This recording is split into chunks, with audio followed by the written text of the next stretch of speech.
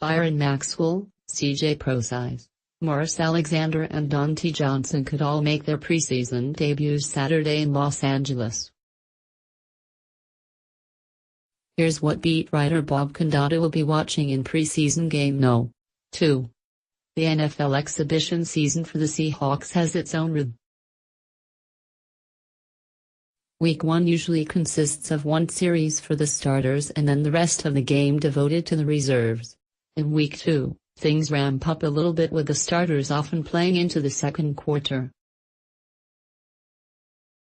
In Week 3, the starters generally play for one series into the second half to get the feel of coming out after halftime. Then in Week 4, it's cameo appearances for many key players, at best. Saturday is Seattle's Week 2 against the Los Angeles Chargers at the Bandbox, that is the StubHub Center in Carson, California, meaning a bit more time for Russell Wilson, Bobby Wagner and the rest of the frontline players. Here are 5 questions we're eager to get answers when the game kicks off at 7 p.m. 1. Can the first-team offense keep its momentum? The highlight of the Week 1 defeat against the Colts was the offense efficiently driving for a touchdown on its first and only series. The running game looked better than a year ago, the pass protection looked better than a year ago, and Wilson looked as good as ever. But that was one series against a team with low expectations that was playing its exhibition opener under a new coach on the road. Even without standout and Joey Bosa, who won't play, the Chargers will present a tougher test defensively, especially for the Seahawks' offensive line. Seattle appears to have settled on a starting 5, from left to right: Wayne Brown, Ethan Posick, Justin Britt, D.J. Fluker and Jermaine Ifedi. A good performance would all but ensure those will be the 5 heading into the season. Struggles might show there's more work for that group to gel. But the Seahawks love the continuity they have been able to keep with the offensive line so far and would love a good performance to allow them to solidify it further. For the first time in, I don't know, a while in my opinion, really since we won the Super Bowl, we've had a consistent offensive line in practice, Wilson said. Consistency is huge. Obviously, guys fill in every once in a while, but I mean from obviously all the way from the left side to the right side. We're really solidified in our line and what we're doing and the calls and everything else. It makes a difference. It makes a big difference in terms of communication and how guys step up and how they play. 2. Will the safety tandem of Bradley McDougald and Tedrick Thompson hold up against Philip Rivers? With Earl Thomas holding out and Maurice Alexander still coming off an injury, the Seahawks again will go with the Bradley McDougald, strong, and Tedrick Thompson, free, safety tandem. However, it'll be interesting to see if Alexander sees his first Seahawks action.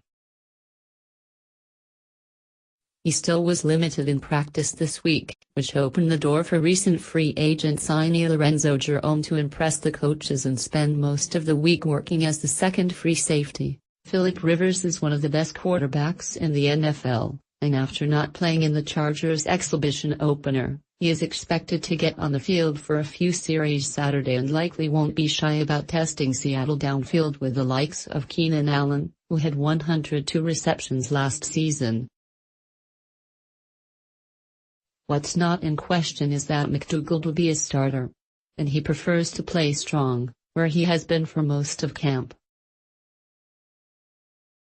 But the Seahawks still need to see some things from Thompson to feel confident he's ready to step in for Thomas for as long as Thomas might be out. If not, the Seahawks could begin more seriously considering a McDougald-Alexander pairing.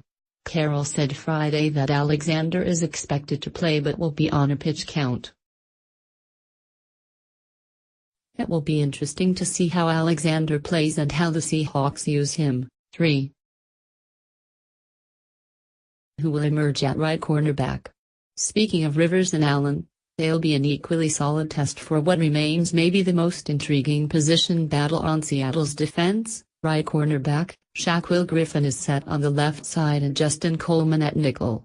Veteran Byron Maxwell has been the usual starter there but missed last week with a groin issue. He returned this week and might play Saturday. Carroll said he has to make it through the pregame warm-up without any issues to get cleared, and a good performance might help cement his role with the starting unit. But former 49ers starter Dante Johnson, who missed most of the off-season program and has been limited much of camp following foot surgery, also returned this week, and Carroll said he will play against the Chargers, but like Alexander will be on a pitch count.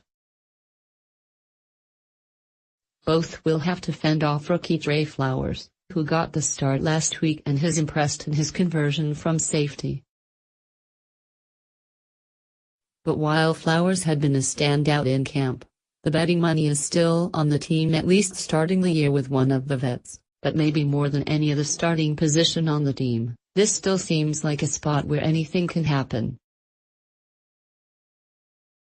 Carroll said Friday he's particularly eager to see the 6'2", 200-pound Johnson, who started all 16 games at right corner for the 49ers last season. The next 2 weeks will be really big for him, Carroll said.